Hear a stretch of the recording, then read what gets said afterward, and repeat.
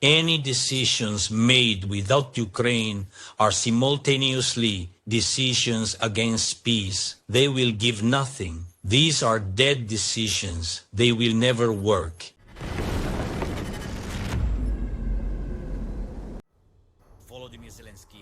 Ukraine will not give up its territory to Russian occupiers. The answer to the territorial issue is already in the constitution of Ukraine, according to a statement by Ukrainian President Volodymyr Zelensky. Zelensky emphasized that Ukraine is ready for real solutions that will lead to peace. However, as the president stated, any decisions made against Ukraine and without Ukraine are simultaneously decisions against peace. Decisions made without Ukraine will achieve nothing. These are dead decisions. They will never work. What we all need is a real, living peace that people will respect. We are ready, together with President Trump and all our partners, to work for a real and, most importantly, lasting peace. A peace that will not fall apart because of Moscow's ambitions, Zelensky added.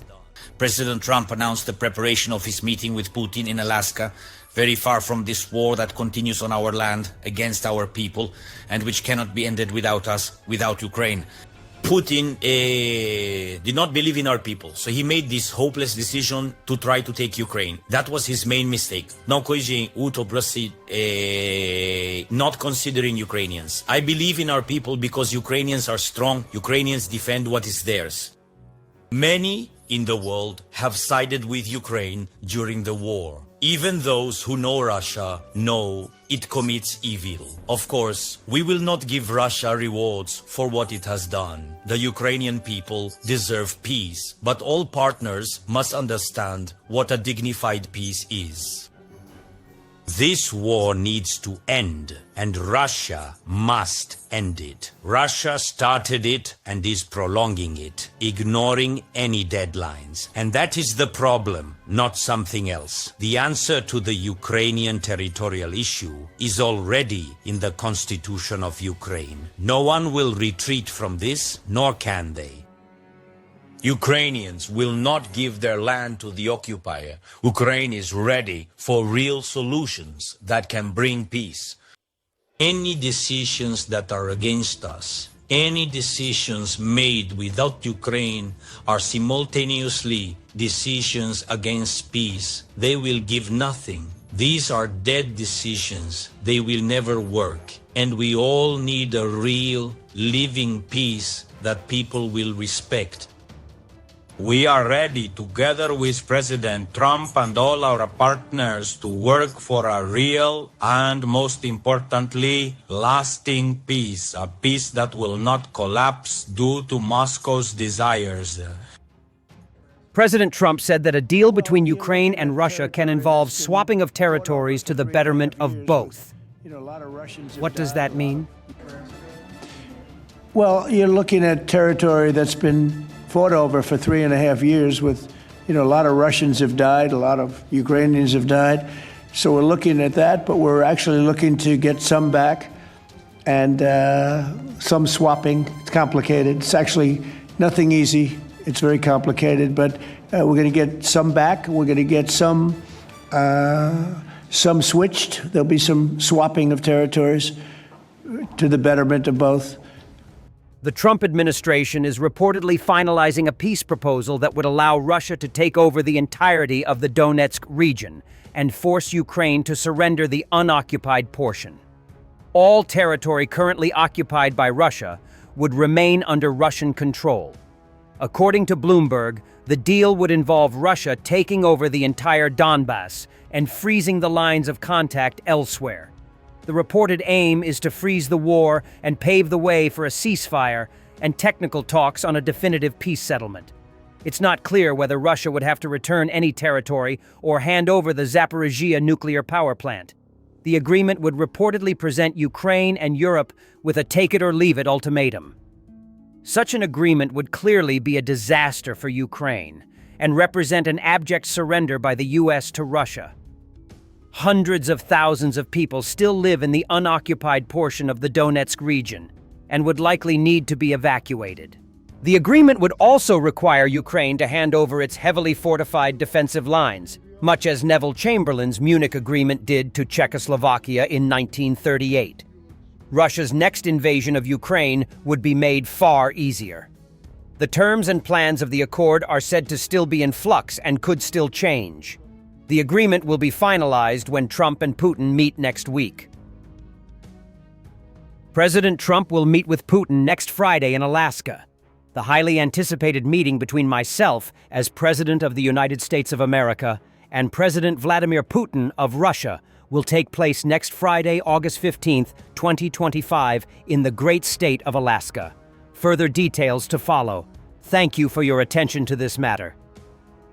Putin's aide Ushakov. Russia and USA are close neighbors, so it's quite logical that the meeting between Putin and Trump will take place in Alaska.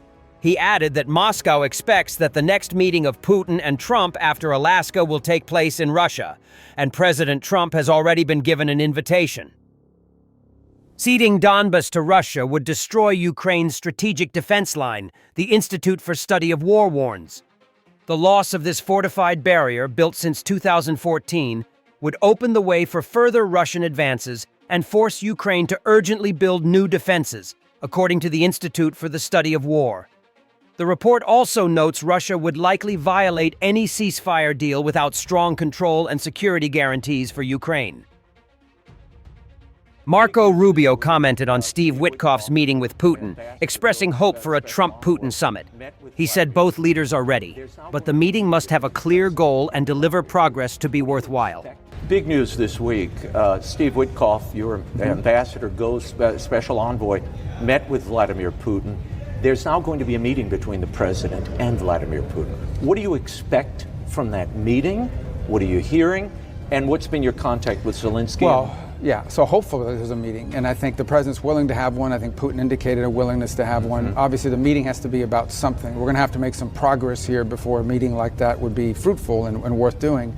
And so, did for the Putin first offer anything to Witkoff? Well, let me just say that. Obviously, I'm not going to get into the details of everything that was discussed there, but for the first time in this process, there's at least some understanding of what the Russians would need in order to stop this war from a diplomatic standpoint. If the whispers about a peace plan between the US and Russia are true, then Trump's administration has just handed Putin another victory, without a single shot fired. Russia never wanted real negotiations. They ignored Trump's threats, laughed at sanctions, and kept repeating the same three demands: recognition of stolen territory, a NATO ban for Ukraine, and the dismantling of its military.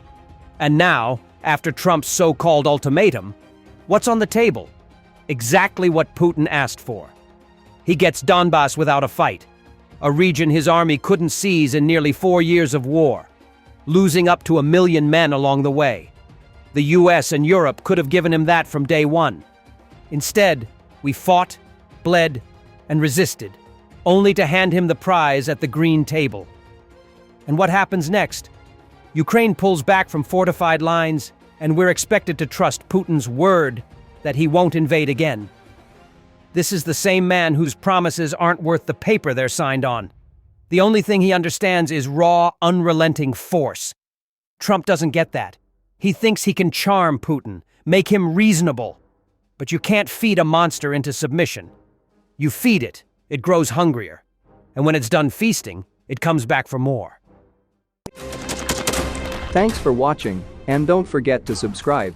Also, if you want to support Warthog Defense, please become our member and get early access to new videos, exclusive members-only videos, and become administrator in comment section. The membership link is in the description. Rescues every day. We had a guy last week at 6 rescues in 6 days. You know, he's doing the job every day.